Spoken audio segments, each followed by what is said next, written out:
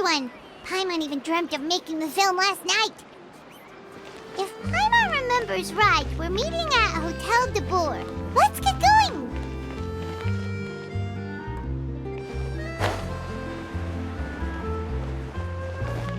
Yep.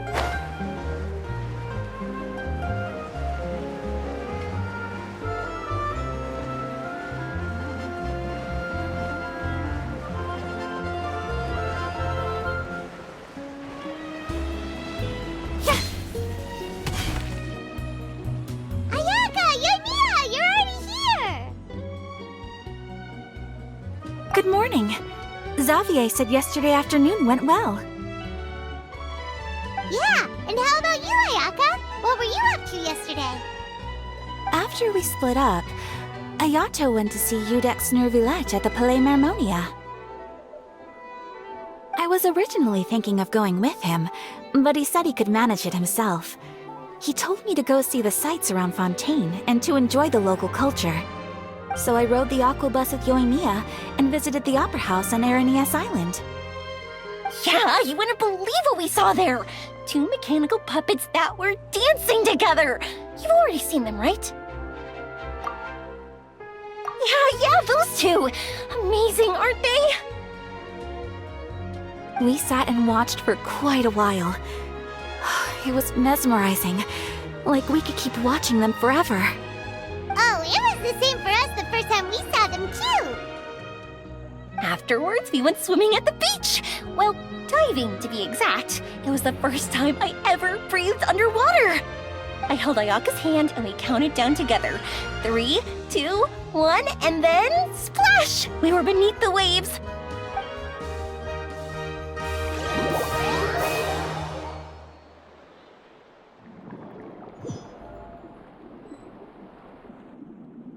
At first, I didn't dare to open my mouth. But once I couldn't hold my breath any longer, I decided to take a big breath in.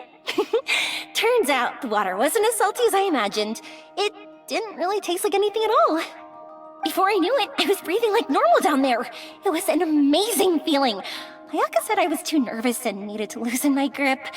She got used to everything way faster than I did. I knew that the Traveler could do it, so I had no doubt we could do it too. That helped me feel at ease as soon as we dove in. The underwater world in Fontaine truly is beautiful. I love seeing the Romaritime flowers blossoming underwater, like little candles lighting up the streets at night. Yeah, and there were so many creatures that we've never seen in Inazuma. Like those fish that shimmer like a sword blade. Whoosh! Oh, and those big fish that call when they see people. Oh, you mean Hunter's Rays and Blubber Beasts! I just love the name Blubber Beast. Just wait till Pops and the others hear about this. They probably won't believe a word I say.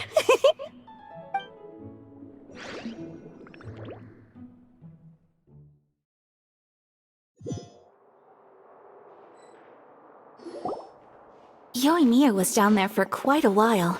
It was dark before we finally rode the aquabus back to the city. I figured she'd want to sleep in today. Yeah, even I was worried that I wouldn't be able to get up. I still felt like I was drifting in the waves when I went to sleep last night. But as soon as I woke up today, I remembered that we'd all be shooting a film together, and I was ready to go. Speaking of the film, where's everybody else? My brother and Xavier were speaking to the restaurant owner about using the place as a filming location.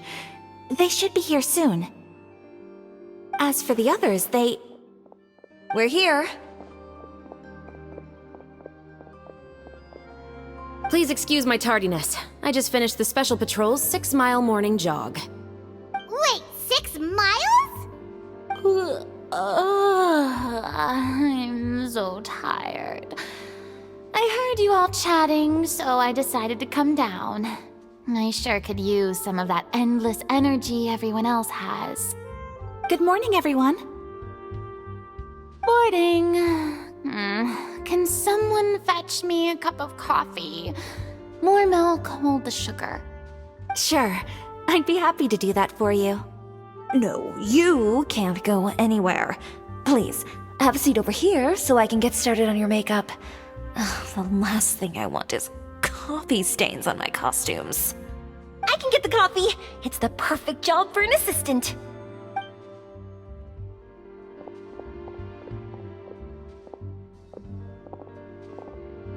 So much energy. Seriously, what's her secret? Oh, your Mia's always like that. But you sure look exhausted, Farina. It's because you're not used to waking up so early, huh? Of course not. I spent the whole night reading the novel from cover to cover, marking sections that either need to be omitted or adapted. Wow, Paimon didn't expect you to be so thorough. Well, I was the biggest star in all of Fontaine after all. It takes more than just a pretty face to earn a reputation like that. I know how to get serious when the situation calls for it. I went all out when I was acting as an Archon, so why wouldn't I do the same for my own life? Here's your coffee, Director Farina.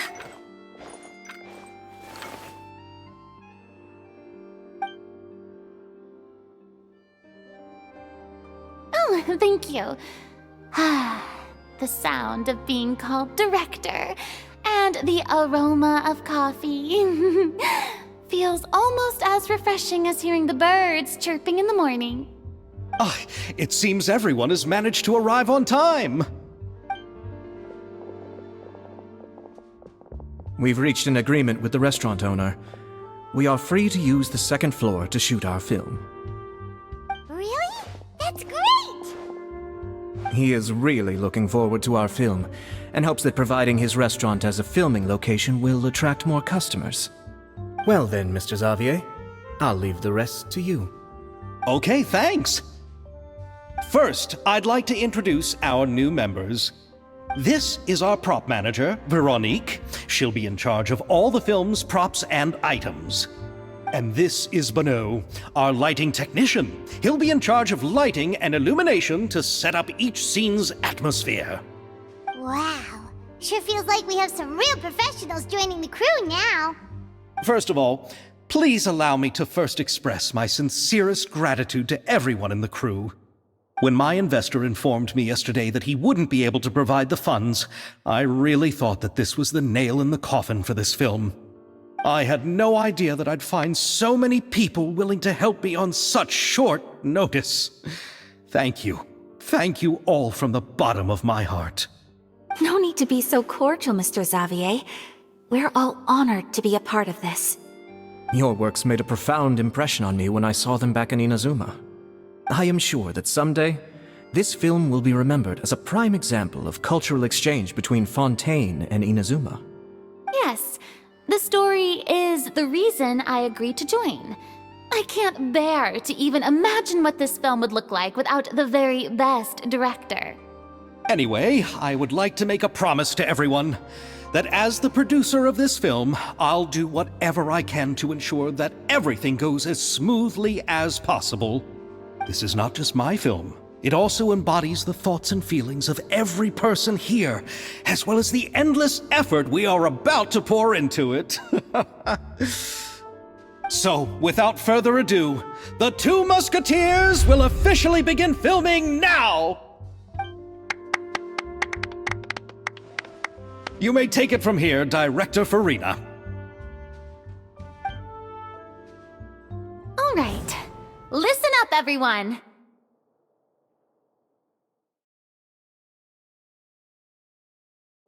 The first scene takes place when the two young musketeers are living at the Baron's home, still unaware of all that is about to happen to them. We'll need props and lighting to set the scene.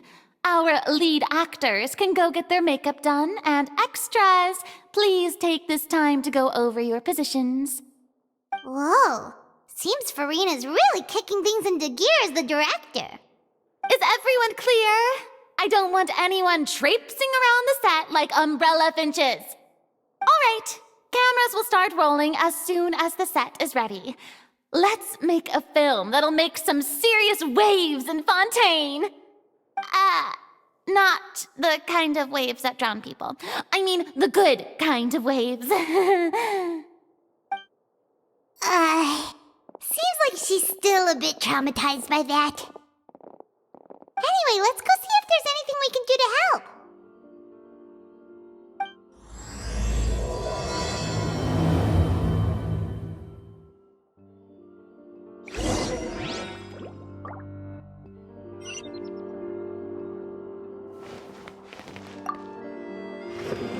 How about here? A little more to the left. You got it. Hey, Mia, do you need a hand? No, I'm fine. You know, doing the lighting is kind of like designing a fireworks show. It's interesting to imagine what kind of atmosphere the lights will create. I heard that the Traveler will be operating the camera and Paimon will be the clapper loader, right? Those roles are just perfect for the two of you. Really? Is that because it'll be easy for Paimon to hold the clapperboard while flying? Well, sure, there's that, but that's not exactly what I meant. I just think that after all your journeys together, you two must have developed a super close bond and just naturally know how to work with each other. If I'm not mistaken, the director will want the cameras rolling as soon as the clapperboard goes clack. Oh, I see. It's amazing to see the magic behind filmmaking. Yoimiya, we need lights over there, too. Oh, on it! I've got to get back to work. Chat with you later. Oh, it's exciting to see so many people working together to bring the film to life. Seems like Yoimiya's really getting into it. But she was right. We do have a super close bond, don't we? Paimon's really happy to hear that.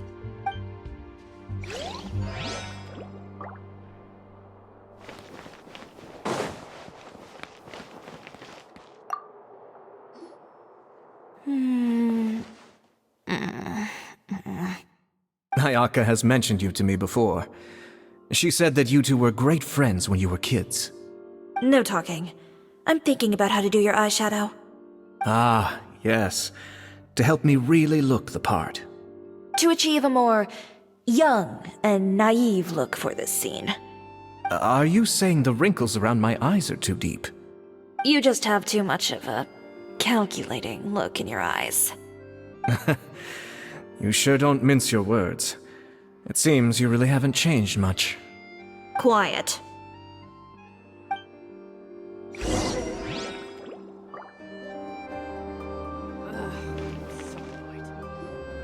So, this is a real musket? No, it's just a prop weapon. Not bad. Have you seen a real musket before? Only in books and newspapers. I made this one based on the relative shape and proportions I saw in reference images. When we're filming, some special gunpowder will be applied around the muzzle, which will help create the flash and smoke effects of a real gun being fired. Which means it'll be up to the actors to portray the recoil. That's right. The sound effects for gunshots will also be added in post-production. Thank you, Veronique. I think I know where to start now. However, the musket's gears and firing pin could still use some work. Adding some wear on the metallic components will make them appear more realistic. Also, be sure to rub the muskets with some oil each time before we start shooting. That'll give the impression that the firearms have been well maintenanced. Good point. You seem to know a lot, Miss Chevres. I assume you use these types of firearms on a regular basis? Yes, I perform routine maintenance on my weapons every day. Just like we as people need to eat and sleep, muskets need to be cleaned and maintained. I also perform similar care for my sword every day, and familiarize myself with its shape and weight, to the point where it feels like a natural extension of my body. Yes, this way, our weapons will never betray us in the heat of battle. Yes, well said. It seems we have the same philosophy on this topic. Oh, sounds like they found a common interest to talk about. Though these props differ from the muskets I use, I can still give you some pointers. Good. I look forward to your instruction. First and foremost, never point the weapon at anyone, regardless of whether it's a real or prop weapon or whether you're holding it or it's on the table. This holds for any time when you're not actively engaging an enemy. Okay, understood. When aiming the musket, extend your arm so that it's level with your shoulder and use your eye to look down the weapon's sights. Like this? Not bad. Now, try saying your lines. This is the end of the road for you. Good. Now turn your body a little. That way, you'll give your enemy less of a target to work with. And relax your shoulders. Here, allow me to demonstrate. This is the end of the road for you. Huh. Excuse me, Miss Chiori. Director Farina, there's something I wish to discuss with you. Oh? What is it? Like this? Yes, much better. What do you think? I do see your point. But are you sure you wish to do this? I believe it would be most fitting. Well, if you insist. All right, I understand. Miss Ayaka, Miss Chevres, could the two of you please come over here? Huh? What's going on? Are we gonna start filming now? Let's go see. What is it? I have a question for you, Miss Chevres. Would you be willing to play the role of a musketeer? What? To clarify, I would like to turn over my role to Miss Chevres. But brother... Don't worry, Ayaka. I actually view this as a good thing. I was becoming troubled trying to set aside some time to speak to the staff at the Palais Mermonia. I would like to have some conversations about the cultural exchange between our two countries, and I've heard that the bureaucratic process here can get rather complicated. Now, I will be able to focus on my work. Besides, you also know that I'm not really one for public performances. Are you really sure? From a director's point of view, I also felt like the relationship between the two musketeers in the original story could be improved. The older brother in the story plays the lead role with his overbearing character, but this causes his character to overshadow that of his sister, and the theme of the two supporting and relying on each other isn't conveyed very well. But if we were to change the siblings to two sisters of a similar age, then that aspect of the story might come through more clearly. Also, I've seen you instructing Ayaka. That cold and dignified personality is exactly what we need for the older musketeer. Of course, even with all these insights, the decision should still be made by Miss Chevres. Chevres mentioned that she really likes the story, right? Paimon bets that she'll take the role.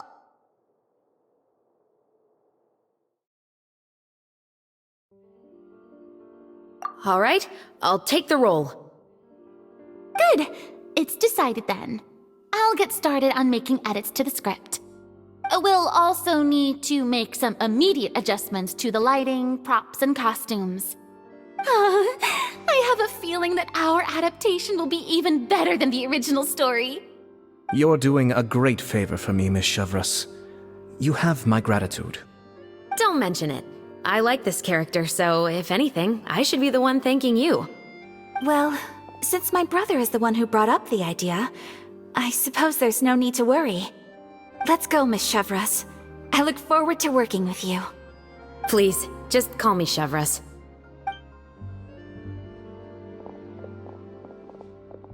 Seems like you're really going out of your way to solve the problem I was having with your makeup. Surely you jest, Chiori. I assure you that I was mostly motivated by a desire to spend more time on formal business. Oh, come on, you really think I'd buy that? According to what I've heard from Ayaka, her brother is someone who can juggle 10 different matters at the same time. I'm sure you have other reasons for backing out. Perhaps. Ayaka always said she wanted to go out and see more of the world, just like the Traveler. But I feel that she needs not only to see other nations, but also to make some different kinds of friends. I think it would be harder for her to make new connections with me constantly by her side. I would like to give her some space.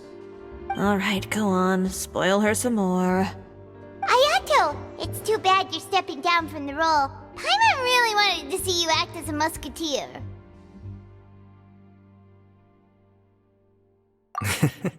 No need to poke fun at me.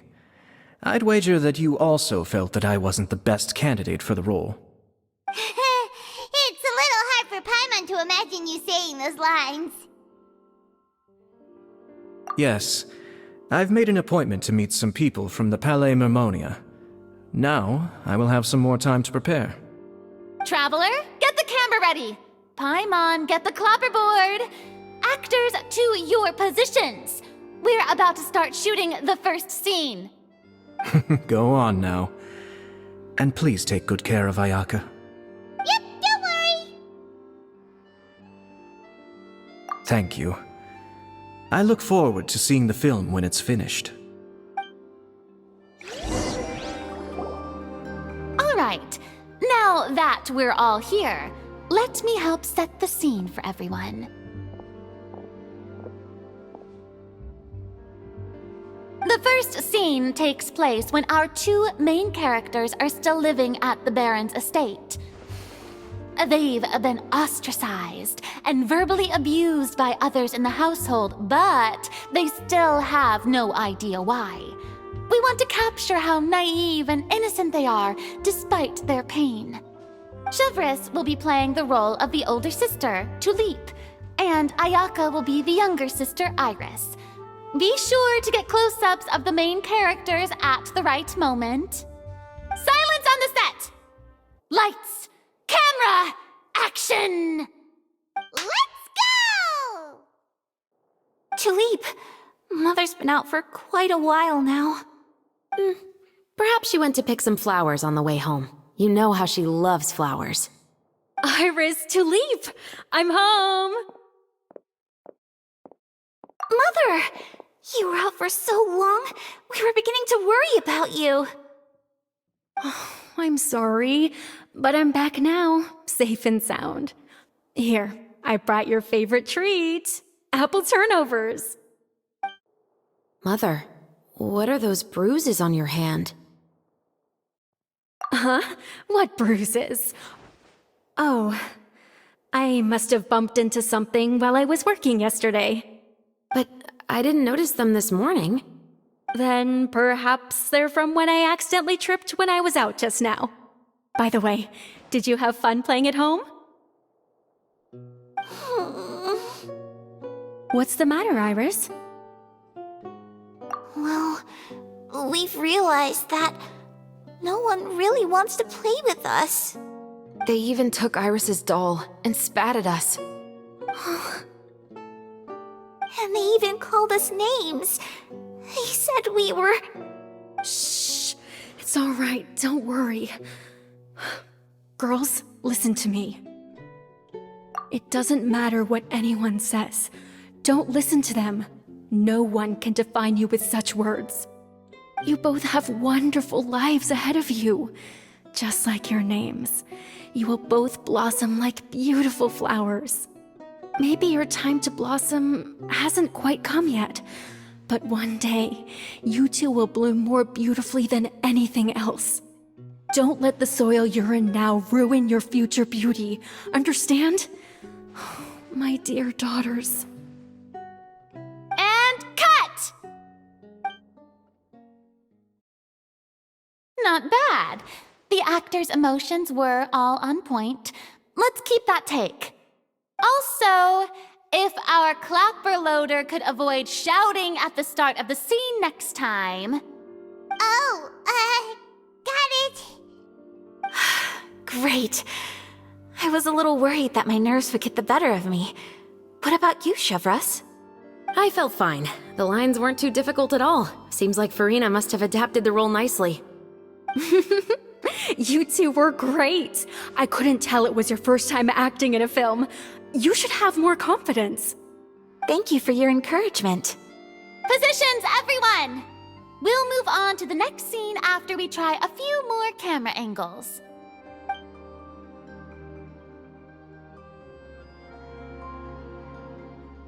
This scene is when our two characters return home, only to discover their mother has been murdered. Ready? Lights! Camera! Action! Mother, we're back!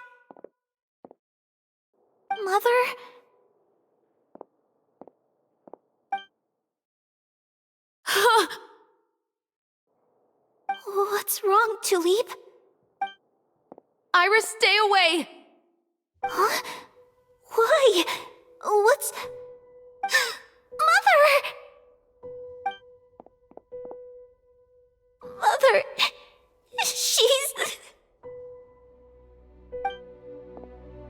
Huh? There's poison in this cup. Huh? I could have sworn I've seen this kind of cup before. Those aristocrats.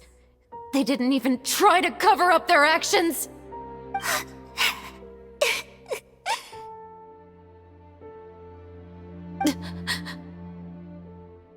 Iris, we need to leave this place. Leave? But now that Mother is gone, where can we even go? Anywhere. All I know is that we can't stay in this house. But are we just going to let them get away with this? We'll have our revenge, I promise you.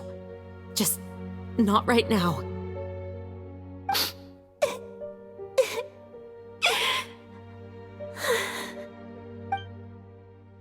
Come on, let's go.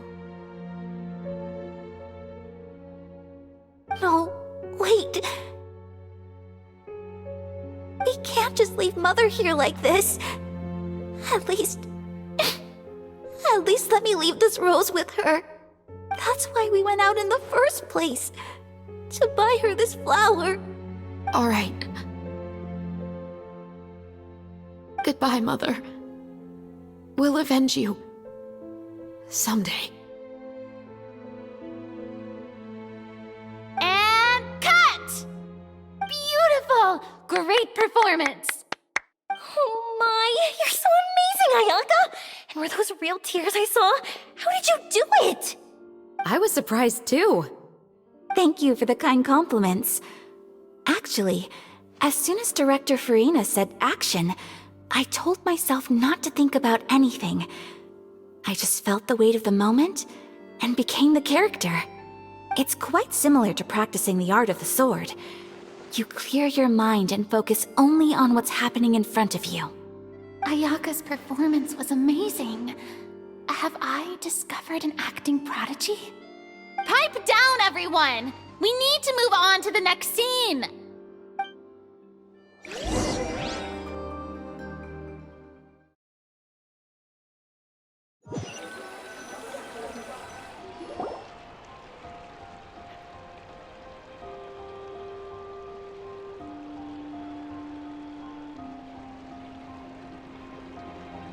Huh?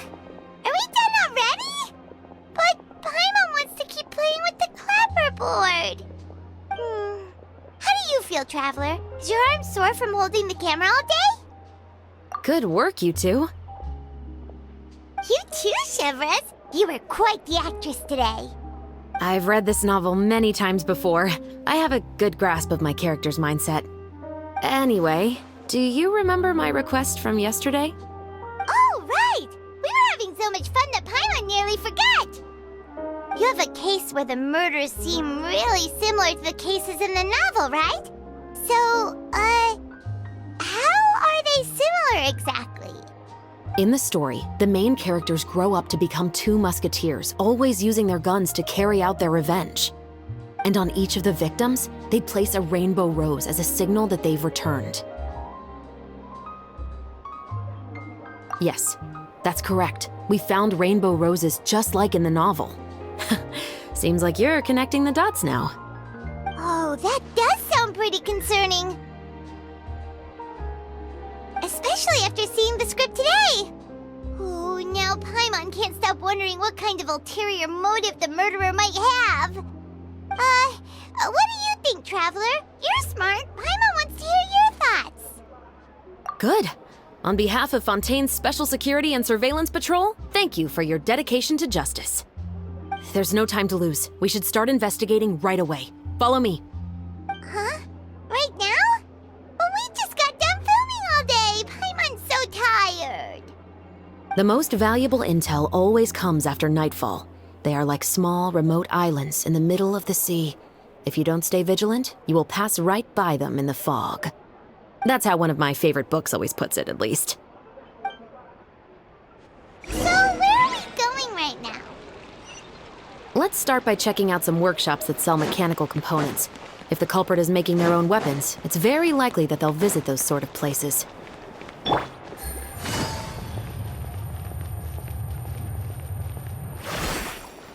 Take it easy.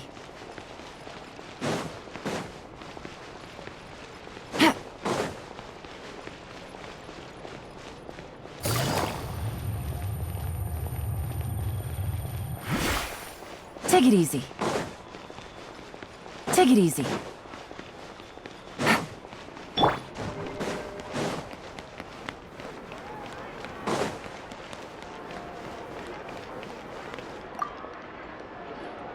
Welcome to LeChaux's Clockwork Workshop. How can I help you? Hello. I'd like to know if anyone has purchased some special components lately. Special components? Sorry, could you be more specific? I mean the kind of components that aren't typically used for clockwork toys, but for firearms. Huh? For firearms? No, we don't sell those sort of things here. Don't misunderstand. I'm not here to cause any trouble. We are merely investigating a case, and we're hoping that you could cooperate. Well, to be completely honest, I'm not even sure what kind of components that would entail. Has anyone ever purchased components here as an individual rather than on behalf of an organization? We have a lot of customers who buy toys, but those who buy components are all regular customers who buy in bulk on behalf of their organization. Is that so? I understand. Thank you for your cooperation. You're welcome. It's the least I can do.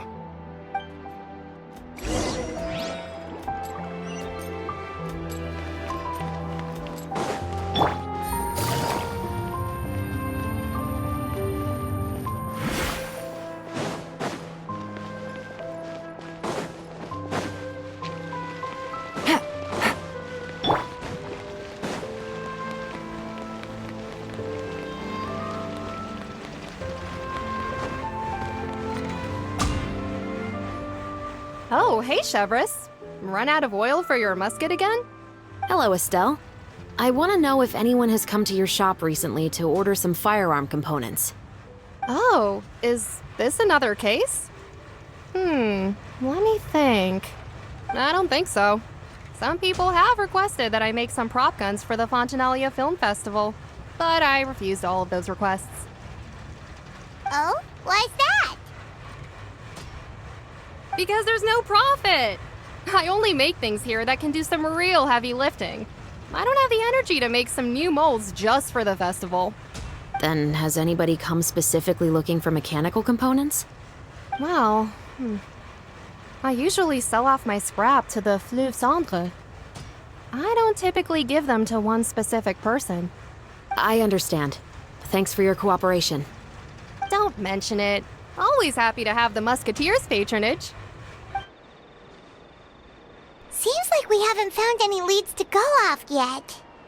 Yeah, unfortunately. All right, let's head to Fleuve Cendre next. Huh? Are you sure? People might not be so thrilled to see the captain of the special patrol there. You think so, huh? Then I guess you don't know. Huh? Know what? That I grew up in Fleuve Cendre.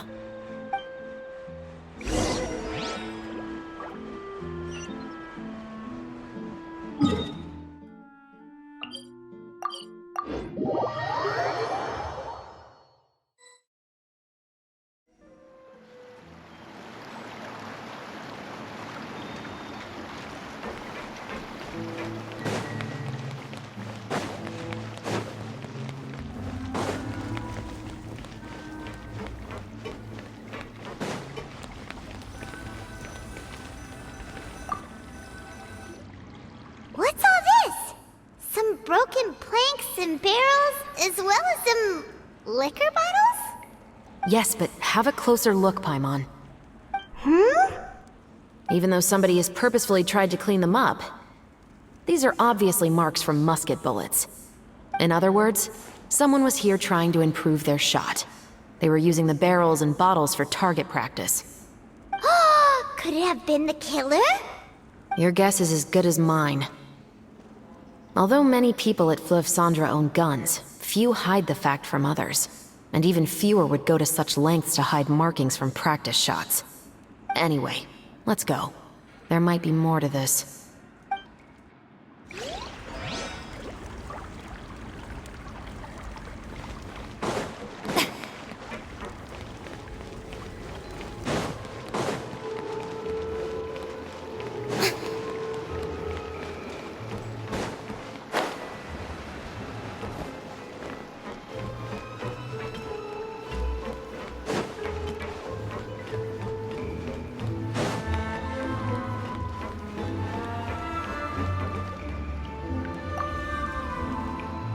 Hello, I'd like to ask some questions.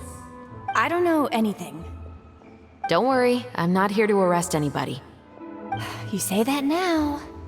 It's the truth. Here, take this as my guarantee. Wait, did Paimon just see what she thinks she saw? Is the captain of the special patrol bribing a citizen? Seems you're different from the other guards. What do you want to know? Have you heard anything related to muskets in Fleuve Cendre lately? Anything at all? Muskets, huh? All I know is that about 2 weeks ago, we started hearing some loud noises at night. So loud that it's been waking me up. Were they gunshots? Possibly. It's hard to tell around here. Someone's house collapsing, a pipe exploding somewhere, it's all the same. But the noises I'm talking about definitely happened after I fell asleep. Do you know where the noises were coming from? I don't remember clearly. Is it that you don't remember, or that you need to think about it some more? You tell me. Then please, think about it some more. She's giving her even more Mora!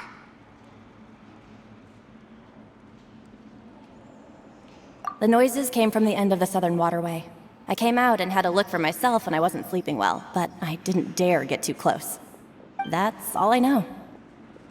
All right, I'll take your word for it. Thanks for the pâte de fruits.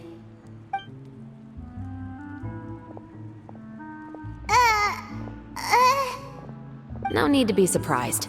I grew up here, remember? I know how to get people around here to talk. My apologies, I'm all out of sweets. Though I do have some other tempting snacks in my custody. Fries, fried chicken, and even onion rings. But taking care of junk food is my responsibility. You're better off sticking to your normal, nutritious diet. Now then, let's keep going.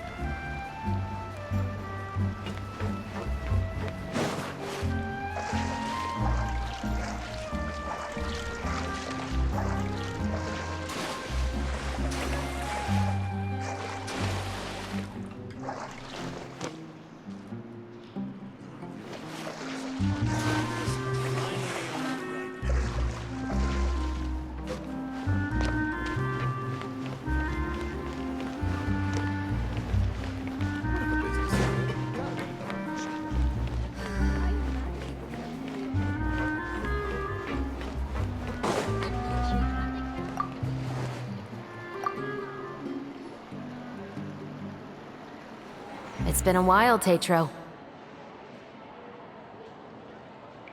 Please, just get on with your request.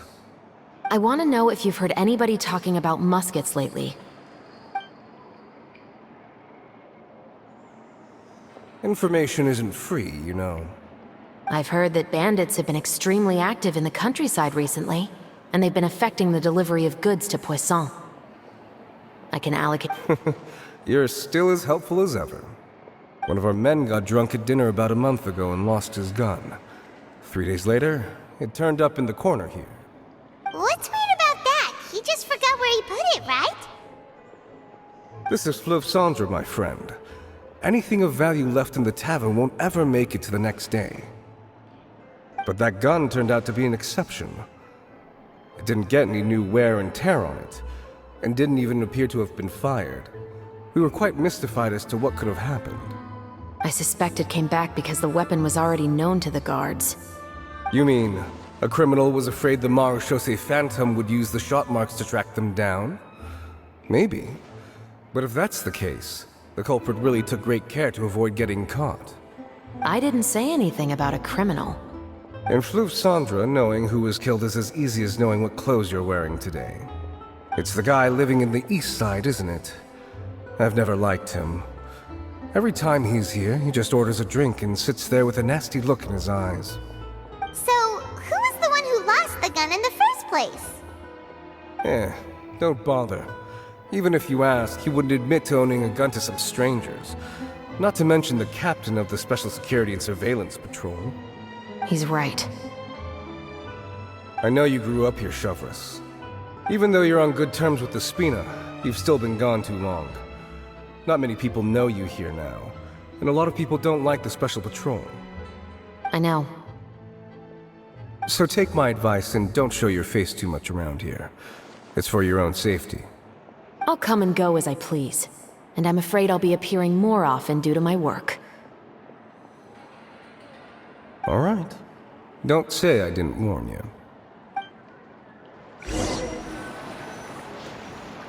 Seems like that's all we'll be able to uncover for today. Paimon feels like we managed to learn a lot more here than up on the surface. Yes. Assuming that everything we found is indeed connected to our suspect, then their timeline was probably something like this. A month ago, our suspect found a gun and took it home to disassemble it. Once he'd figured out its mechanics, he brought it back. In the following weeks, he used some parts to create his own makeshift musket, and took it to the Fleuve Cendra for target practice. Then, a few days ago, he found his target and carried out the murder. Once the deed was done, he left a rainbow rose on the body, just like the scene in the novel.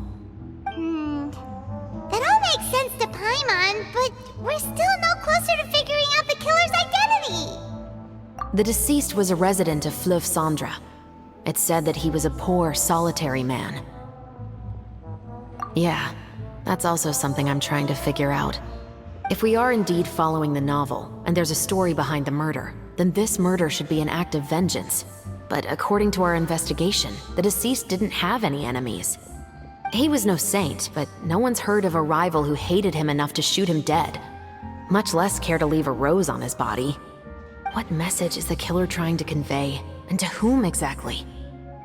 We've thoroughly investigated that possibility. He claims to have spent the whole day at the Opera House on the day of the murder, and the staff there have confirmed his account. Okay, so he has an alibi. Not only that, he lacks a credible motive as well. He has a family of his own, and both of his parents are still alive. I've looked into his records. He was adopted at the age of 6, and all the proper procedures were followed. There are also records of him at an orphanage before then. In the story, the mother of the 2 musketeers was murdered after the children turned 10. Of course, more importantly, I've also had a chat with him in person. He didn't seem like the kind of person who would pull the trigger to kill a man. Then, what should we do now? We have all this new information, but it doesn't help us move forward. Investigations take time. I didn't expect us to catch the culprit in just a single day. How about this? Let's spend the next few days filming with the crew. We can continue the investigation once we're done with the film. I'm sure that given time, new leads will present themselves. Wait, but weren't you saying Intel is like small, remote islands in the middle of the sea just a moment ago? Wouldn't you just miss them if you were to stop looking? Ah, but the book had more than one reference to the islands, Paimon. Oh? What else did it say then? As long as you spend enough time sailing through the fog, you'll eventually come across an island.